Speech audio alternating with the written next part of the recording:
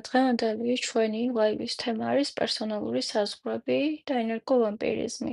პირველ რიგში განვარტყავ რა არის საზღვრები და რისთვის გვჭირდება ეს. როგორც ჩვენს ფიზიკურ სხეულს აქვს გარშემო რაღაც კონტური, რომელთაც ჩვენ გარეშე სამყაროს გამოვიყოფით, ზუსტად ასე სჭირდება ჩვენს ფსიქიკასაც რაღაცა საზღვარი და რაღაც შემოფარგლა. და ხშირად, როდესაც ვიწყებთ საზღვრებზე ლაპარაკს, ადამიანებს წარმოუდგენიათ წინ რაღაცა დიდი უზარმაზარი კედელი და მე როდესაც ვფიქრობ, რომ რაღაცა კედელი უნდა ავაშენო, ეს შესაძლოა იწვევდეს შიშს. იწვევდეს შიშს, რადგან მე მგონია, რომ აი თუ მე ჩემს გარშემო საზღვრებს შევქმნი და რაღაც უზარმაზარ კედლებს ავაშენებ, მე გავხდები იზოლირებული საზოგადოებისგან, დავრჩები მარტო და თავს ვიგრძნობ ძალიან დაუცველად, მარტოსულად და აღარ მექნება ის დაკავშირება გარე სამყაროსთან და ის მხარდაჭერა, რომელსაც ადრე ვიღებდი. აქედან გამომდინარე, ჩემი დაუცველობიდან შესაძლოა მომდინარეობდეს ჩემი სურვილი, რომ რაც შეიძლება ბევრ ადამიანს დავეხმარო, ყველას ვუთხრა, რომ კი ამის გაკეთება შემეძლია და ის ადამიანები, ვისაც აქვთ ძალიან სუსტი საზღვრები, ძალიან უჭირთ არას თქმა. არსებობს ორი ტიპის საზღვრები, ეს არის ფსიქოლოგიური საზღვრები და ფიზიკური საზღვარი. ფიზიკური შეიძლება იყოს, მაგალითად, როდესაც გეუბნები, რომ რაღაც ერთ სახლში ვცხოვრობს და მაგალითად არ მინდა რომ რაღაც ჩემს ნივთებს შეეხო. ან არ მინდა რომ ისე შემოხვიდე ოთახში რომ არ დააკაკუნო. ან ტელეფონში რაღაცას რო სკროლავ არ მინდა რომ გადმოიხედო და მიყურო და წაიკითხო, ხო?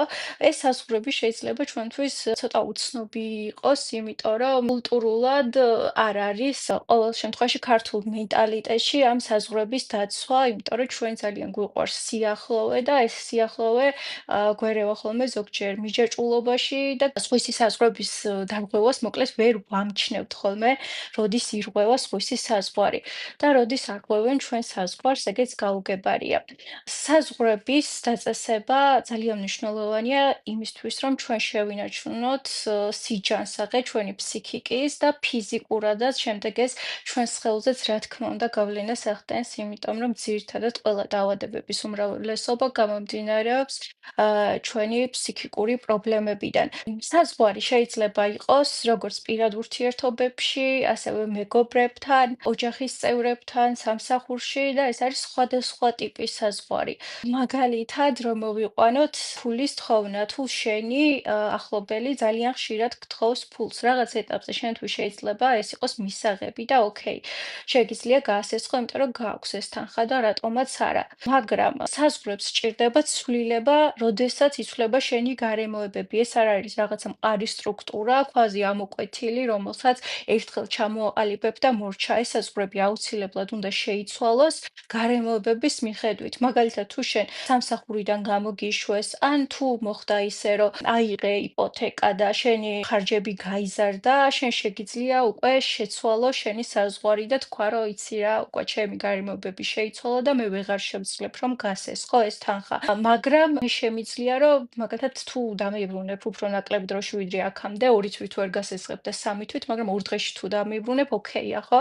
ესეც რაღაცნაირად საზღვრის ცვლილებაა და ეს არის უფრო ფინანსური და ეკონომიკური საზღვარი. იგივე ოჯახის წევრებთან მიმართებაში შეიძლება დააწესო რაღაც საზღვრები და რაღაც ლიმიტები. აუცილებელია გამოყო დრო ოჯახისთვის, მაგრამ ოჯახის წევრებმა უნდა იცოდნენ, რომ შენ ასევე გაქვს დრო საკუთარი თავისთვის, საკუთარი პირადი ცხოვრებისთვის, დასვენებისთვის და ასე შემდეგ და ეს არის შენი დამოუკიდებელი დრო და ეს დრო გჭირდება რომ გამოიყენო შენ. რაც მთავარია, არ უნდა შეგეშინდეს საზღვრების დაწესების, რადგან ეს არ არის არც ეგოიზმი და ეს არ არის არც ამპარტავნება. შეიძლება გარემოდან მოდიოდეს ეს იმპულსი და ადამიანებმა დაგაბრალონ ეგოისტობა, მაგრამ შენ გაქვს შენი ენერგიის დაცვის უფლება და საკუთარი თავის დაცვის უფლება. ეს არის ძალიან მნიშვნელოვანი. მაგალითად, ფიზიკური საზღვარი ასევე შეიძლება იყოს, რომ შენი რაღაც ახლობლები ან ვიღაც მეგობრები რომ მოდიან, აი არ მოგწონს, რომ ეს ჩახუტება და რაღაცა და შეგიძლია უთხრა, რომ იცი რა, მოდი ხელის ჩამორთმევით შემოვიფარგლოთ. ასევე საზღვრები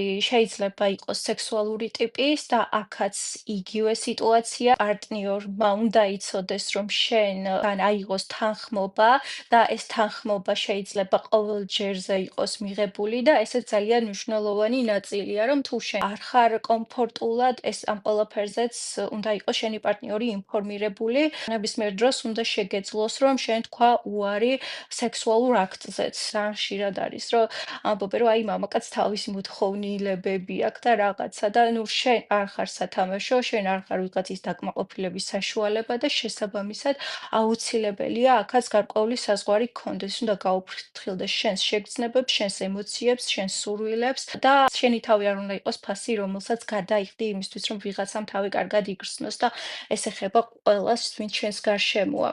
ასევე მნიშვნელოვანია ემოციური საზღვრებიც. ემოციური საზღვრები არის, რომ მაგალითად სამსახურში არ მინდა ამაზე ლაპარაკი, ან ეს სიტუაცია მე თავს ცუდად მაგრძნობინებს და რაღაც მირჩევნია წავიდე დავისვენო.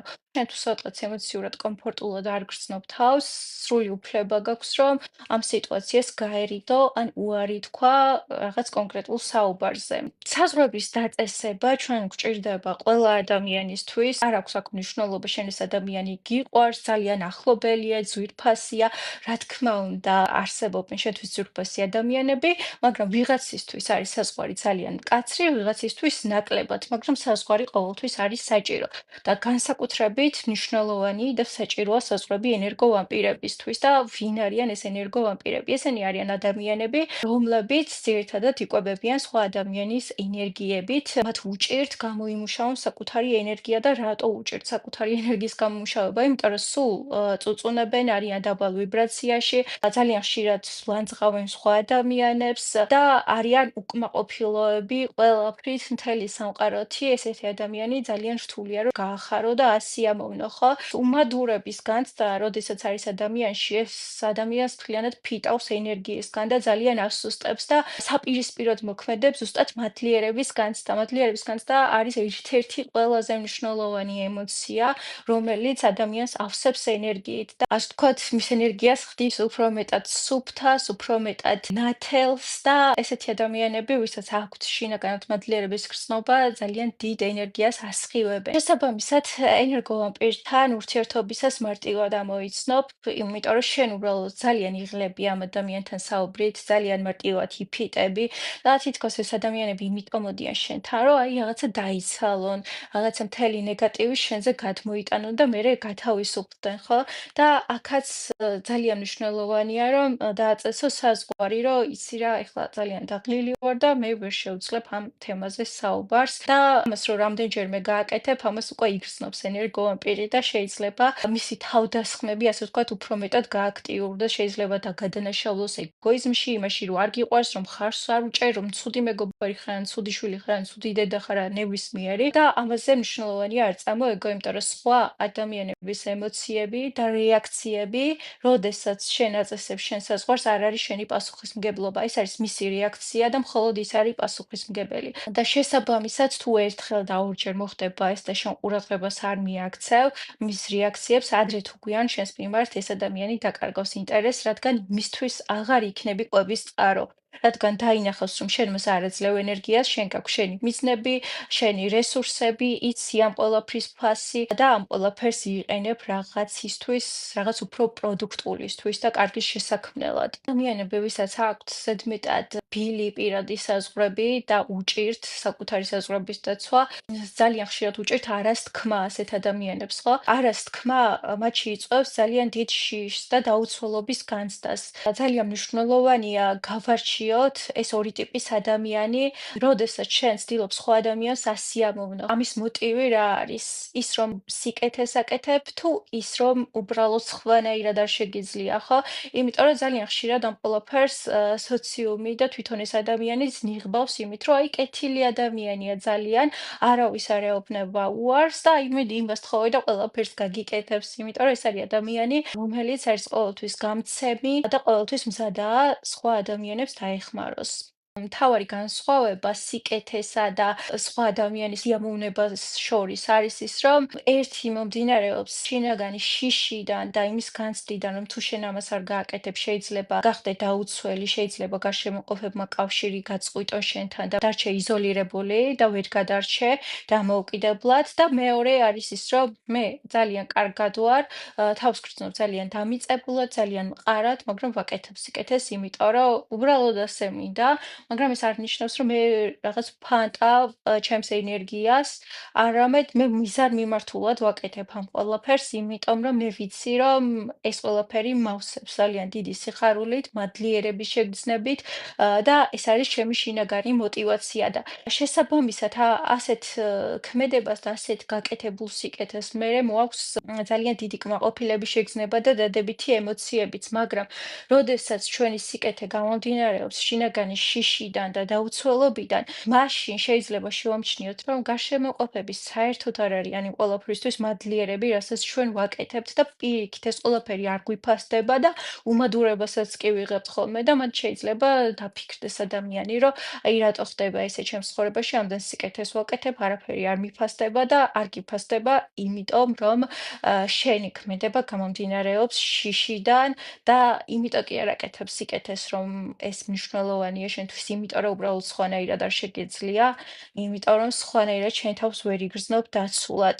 ხო, საზღვრები, როგორც აღვნიშნე, ასევე თვით შეფასებასთან არის ძალიან მნიშვნელოვნად დაკავშირებული. თუ შენ არ იცავ შენს პირად საზღვრებს, ამას შეიძლება ჩამოანგრიოს შენი თვით შეფასება მთლიანად, რადგან გაგიჩნდეს დაუცველობის განცდა. წარმოიდგინე, რომ შენ გაქვს რაღაც ლიმიტირებული ენერგია და სადღაც 15 კაცია შენს გარშემო, ვისაც ყველას რაღაცა უნდა შენგან და რაღაც უნდა გაუკეთო და ვერ ეუბნევი უარს და როცა ამ ყველა ადამიანს ასე ვთქვათ დააკმაყოფილებ და მისცემ იმას, რასაც შენგან ითხოვენ, შემდეგ შენ რჩები გამოცარიელებული და გამოფიტული.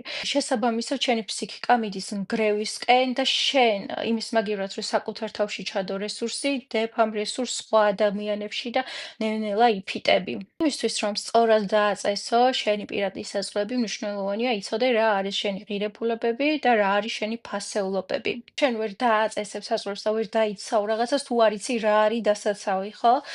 მაგალითად, პარტნიორულ ურთიერთობებში იგივე როგორ ხდება, თუ მაგალითად მე მინდა მოგზაურობა და შენ გირჩევნია, რომ შენი შვებულება გაატარო სახლში ტელევიზორთან და ჩვენ ვერანაირად ვერ ვახერხებთ შეთანხმებას, პირადი საზღვარი არის ის, რომ თუ ორივე ჩვენსაც ვიცავთ, მაშინ ეს საზღვრები უნდა გაიყოს რა და მოდი მე ესე გავაკეთებ, შენ ესე გააკეთე და არ უნდა მოხდეს აქ ძალადობრივად გადაყვანა შენს მხარეს და ეს შეთანხმების ამბავი ზუსტად ისე ხდება, როგორც რაღაც ორ სახელმწიფოს შორის შეიძლება მოხდეს, ხო? რაღაც ისეთი გადაწყვეტილება უნდა მიიღო მთლიანობაში, რაც ორივესთვის იქნება სასარგებლო და იქნება მკაფიო, სწორად განსაზღვრული ეს ყველაფერი, ხო?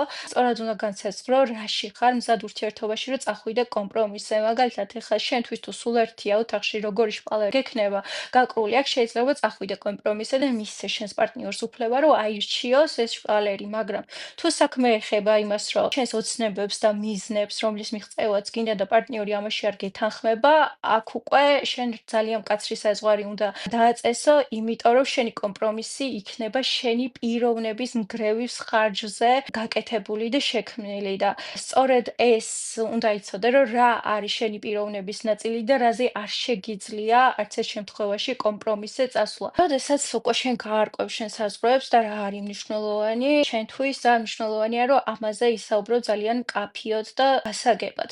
თუ აუხსნი შენს შინაგან მოტივებს, რატომ არის შენთვის ეს მნიშვნელოვანი, ყველაფერს გაკეთებ და შენი პარტნიორი მაინც უგულებელყოფს, ან თუნდაც ვინმე სხვა ადამიანი შენს საზღვარს, მაშინ უკვე შენ შეგეძლია თქვა, რომ აი მაგალითად თუ ამ საზღვარს არ დაიცავ, მაშინ მე იძულებული ვიქნები, რომ ურთიერთობიდან წავიდეღო. ეს საზღვარი არ უნდა იყოს მხოლოდ манипуляციის ტექნიკა, ხო? ეს არ უნდა იყოს მუქარა, რომ რაღაც მე მინდა რომ შენ შეგაცვლევინო აზრი და უბრალოდ გემუქრები, არამედ თუ ამბობ მართლა უნდა გააკეთო ეს. ძალიან მნიშვნელოვანია რომ ისწავლო პასუხის გაცემა ყველა ადამიანისთვის, ვინც არღვევს შენს პერსონალურ საზღვრებს. პასუხის გაცემა შეიძლება იყოს ყველასთვის სხვადასხვანაირი, ხო? ვიღაცასთან შეიძლება ეს რბილი მიდგომები და შენი ჭირი მეჭრიდოს, ვიღაცასთან შეიძლება დაგჭირდეს ეს თავს დამხობა ყველაფრის და აქ საქმე არ არის იმაში, რომ შენ კარგი ადამიანი ხარ თუ ცუდი ადამიანი ხარ, თუ საჭიროა ბრძოლა შენი პირადი საზღვრებისთვის, უნდა იბრძოლო. კიდევაც და ეს შენ არც ეგოისტად არ გაქცევს, არც ამპარტაუნად არ გაქცევს და შენ მაინც შეგეძლება დარჩე კარგი ადამიანი, ასე ვთქვათ, ბრჭყალებში და დარჩე, რაც მთავარია, ის ვინც ხარ. ეს უკვე შენ გაძლევს რაღაც მკაფიო მონახხას შენი პიროვნების და შენი გზის, საით მიდიხარ, ხო? ხშირად ამბობენ ადამიანები, რომ რაღაცა მიზანი მაქვს და ვერ ვაკეთებ, იმიტომ რომ სხვები მიშლიან ხელს და რა არის ეს შემშლელი? ვიღაცა პირდაპირ გადგას თავზე ჩაქუჩით და თუ გააკეთებ, ჩაგარწყავს, რა თქმა უნდა, არა, ხო? ზუსტად ეს პერსონალური საზღვრის დარღვევაა, რომ ან ყურადღებას გადაგატანინებს სხვა რამეზე, ან გეტყვის, რომ ნეტაშენს მოგცლია და რაღაც ეს ყველაფერი შენ მოტივაციას წაგართმევს. ადამიანები რაღაცნაირად ყოველთვის ცდილობენ, რომ ჩვენ საზღვრებში შემოიჭრან, მაგრამ ამას ხელი უნდა შევუშალოთ. არიან ადამიანები, რომელსაც აქვთ ძალიან მკაცრი საზღვრებიც, ხო? და ასეთი ადამიანებს ერთადად არ შეუძლიათ ემოციების გამოხატვა და გაზიარება სხვა ადამიანებისთვის და ხშირად ხდებიან იზოლაციაში, ხშირად არც ისე ბევრი ახლო მეგობრები ყავთ, არიან ჩაკეტილები და ესეც არ არის კარგი და ამაზეც უნდა ვიმუშაოთ, რომ ჩვენი საზღვრები იყოს ადეკვატური, იყოს რეალისტური და ჯანსაღი. საზღვარმა კი არ უნდა გამოკვლას სხვა ადამიანებისგან, არამედ უნდა დაგვიცვას ჩვენ, უნდა დაიცვას ჩვენი ღირებულებები, ფასეულობები და ის ყველაფერი, რისგანაც შევდგებით. სულ ეს არის, სადაც მინდოდა საუბარი, რაღაც ცოტა პატარა გამოვიდა, მაგრამ სწრაფად ვლაპარაკობდი მგონი ძალიან. თუ გაქვთ რაიმე კითხვები, უპასუხოთ. ერგო ვამპირები რო აბულინგოთ. რავი, აი როგორ უნდა დააბულინგო მითხარი და გეტყვი მისაღები თუ არა ეთიკურად და გამართლებული. შეთანხმებადია, ვისაუბრე ამაზე თავიდან, ალბათ გვიან შემომიერთდი. ჯერ პირველ რიგში ჩვენი ღირებულებიდან გამომდინარეობს ჩვენი პერსონალური საზღვარი და მერე ვათანხმებთ სხვა ადამიანებთან. თუ ჩვენს გარშემო არის ის ადამიანი, ვინც აფასებს ამ საზღვრებს, ხო, კარგი, თუ არა, შეგვიძლია უფრო მკაცრ მეთოდებს საც მივმართოთ. ამის უფლება გვაქვს, რადგან ჩვენ ვიცავთ საკუთარ თავს, საკუთარ ფსიქიკას და პიროვნებას. თუ მაინც და მაინც ალბათ არ გვეშვებიან და არ ღვევენ ჩვენს ღირებულებებს და ფასეულობებს და პატივს არ ცემენ, ჩემი აზრით, ხო, დაბულინგებაც მოსულა ენერგოვამპირებს. შედეგებამდე შეიძლება მიგვიყვანოს საზღვრების დაუცველობა. პირველ რიგში ვერ შეძლებ რეალიზდე შენ როგორც პიროვნება. იმიტომ რომ შენ ყოველთვის სხვა ადამიანებში იდეებ შენს რესურსებს და არა საკუთარ თავში და იმისთვის რომ შენ რეალიზდე განვითარდე, მიაღწიო რაღაც გარკვეული საფეხურის კეთილდღეობას, წარმატებას, ამისთვის შენ გჭირდება ენერგია და რესურსები და თუ მუდმივად არიან შენს გარშემო ხალხი, ვინც არ გაძლევს ამ ყველაფერს და გაცლის ამ ენერგიას უბრალოდ გამოიფიტები და არ გექნება რესურსი იმისთვის, რომ წინ წახვიდე. შეიძლება უბრალოდ გაიყინო ერთ ადგილას, რაღაცნაირად გაშეშტე და სხვებისთვის გახდე ენერგიის წყარო. ისინი წავლენ წინ, ყველაფერს გააკეთებენ, მაგრამ შენ თავს სულ იგრძნობ ცხოვრებაში გაჭედილად. წლების განმავლობაში უკვე გააჩნია რა დონის რღვევაზე ვსაუბრობთ. თუ აქ არის ფუნდამენტური რაღაცეები დარღვეული შენთვის ძალიან მნიშვნელოვანი, რაც შენს პიროვნებას განსაზღვრავს, წლების განმავლობაში ამას შეიძლება მიგიყვანოს ფსიქოლოგიურ პრობლემებამდე, შფოთვამდე, დეპრესიამდე, პანიკურ შეტევებამდე და ასე შემდეგ. პირადი საზღვარი არ მესმის, როგორ შეიძლება არსებობდეს სოციუმის გარეშე. რა თქმა უნდა, სოციუმთან არსებობს ზუსტად. ურთიერთობის პროცესში ის ნაწილია ეს პირადი საზღვარი სოციუმთან, თუნდაც შენს თანამშრომლებთან, ოჯახის წევრებთან, პარტნიორთან, ყველა ურთიერთობაში შენ გჭირდება რაღაც საზღვარი იმისთვის, რომ შეინარჩუნო შენი თავი. და საზღვრების გარეშე შენ უკვე კარგავ ორიენტაციას შეიძლება სხვისი ემოციები, ფიქრები, მიზნები გაასაღო როგორც შენი და გეგონოს, რომ შენია ეს ყველაფერი და აქეთკენ დაიწყოს, ხო და ეს ყველაფერი რა თქმა უნდა ხელს შეგიშლის. ენერგოვამპირებმა არ იციან, ან შეიძლება იციან, რა ვიცი. მაგრამ ეგ მნიშვნელოვანი არ არის ალბათ იმდენად, იმიტომ რომ შედეგი მაინც იგივეა, იციან თუ არ იციან. ზოგი არ იცის, მაგრამ რავი, ეს არ ცოდნა, არ ცოდვა? არ არის არ ცოდნა, არ ცოდვა. თუ არ ვიცით, მაინც ვცოდავთ. ჩემი გამოცდილებიდან რო ვთქვა, ემოციური რეაქცია არ უნდა მისცე, რაც მთავარია, ვთქვათ, წინ გიზის ადამიანი და გელაპარაკება და მთელი მით გიყვება, რომ ნახე იმან რა გააკეთა და რა მითხრა და როგორ გამიბედა და რაღაცა ემოციებში რო შედიან და შენ თუ ესე იჯდები და თავს დაუქნევ, უბრალოდ იყავი შენთვის და ისე უყურე ნაგლად თვალებში და ანუ მე მიხვდებიან რა, რომ შენ ამ ემოციურ რეაქციას არ აძლევ და მათთვის საინტერესო აღარ იქნები. და სანამ შენგან გრძნობენ რაღაც თანაგრძნობას, მხარდაჭერას, ზრუნვას, ამ ყველაფერს იყენებენ ძალიან ბოროტად და ივსებენ რეზერვუარებს, ასე ვთქვათ, ენერგიის და მე შენ რჩები გამოფიტული და ანუ რატოა ეს ცუდი, იცი? ანუ ზოგადად არ არის ცუდი ხა მხარდაჭერა და ზრუნვა ადამიანების, მაგრამ როდესაც ეს ცალმხრივია, ბალანსი ირღვევა და ენერგოვამპირები თავად არასდროს არ დაგიჭერენ მხარს, შენზე თავად არ იზრუნებენ არასდროს, არც ემპათიას გამოხატავენ, იმიტომ რომ არ აქვთ უბრალოდ ამისი უნარი და მხოლოდ შენგან მიაქვთ რა და ეს ბალანსი რო ირღვევა, მერე შენ უნდა დააბალანსო ეს, თორე უნდა წაგივა საქმე. იძლევა ასევე მქონია მე შემთხვევა არაფერი არ გააკეთოს ადამიანმა, უბრალოდ იყოს და ამითაც ენერგიას გართმევს, რომ არის. დაახლოებით ესეთ ადამიანთან ურთიერთობა გავს, ფეხის წვერებზე რო გიწევს სულ სიარული კვერცხის ნაჭუჭებზე, რომ აბა ეხა არაფერი ეწინოს და აბა ეხა არაფერზე გაბრაზდეს და ანუ მაგ შემთხვევაშიც უნდა შეწყვიტო უბრალოდ ამის კეთება და შენი თავი არ უნდა დაიპატარაო იმისთვის, რომ ვიღაცას თავი კომფორტულად აგრძნობინო და ის გამოიჩგიმოს ეს სავარძელში და რაღაცები გაგაკეთებინოს, ასე ვთქვათ რა. იმიტომ რომ ენერგოვამპირებს ახასიათებთ ეგრე თუ კვერცხის ნაჭუჭებზე არიული, მე რაღაცა სცენა შეიძლება მოგიწყოს და აგრესიაში გადავიდეს და თუ ოჯახშია ესეთი ადამიანი, ოჯახის წევრებმა ეს იციან რა, რომ ეხა ეს გააპათოლოგებს და შენ ფრთხილად უნდა იყო ძალიან და წყმა არ უნდა მოიღო და რაღაცეები და ამ შემთხვევაშიც მუშაობს ის, რომ შენი თავი არ დაიპატარაო, შენ სიმაღლეზე იდექი და ეს რაღაც შინაგანი სიმშვიდე შეინარჩუნე და რაღაცნაირად ენერგეტიკულად უნდა შეგიძლია წარმოიდგინო რაღაც ბაბლში ხარ და ეს სივრცე შენ გეკუთვნის რა ეს დაგიცავს რა როგორ უნდა განასხვაო რა არის შენი და რა არის სხვისი შენი არის როდესაც ეს რაღაც შენი პიროვნულ რეალიზაციას განსაზღვრავს შენი არის ის, რაც გავსებს, რაც გამთლიანებს, რაც თავს კმაყოფილად გაგრძნობინებს, შენი არ არის ის, რაც წარმოიქმნა სხვასთან შედარებიდან. ძალიან ხშირად იციან ხოლმე ეს შედარებებიც,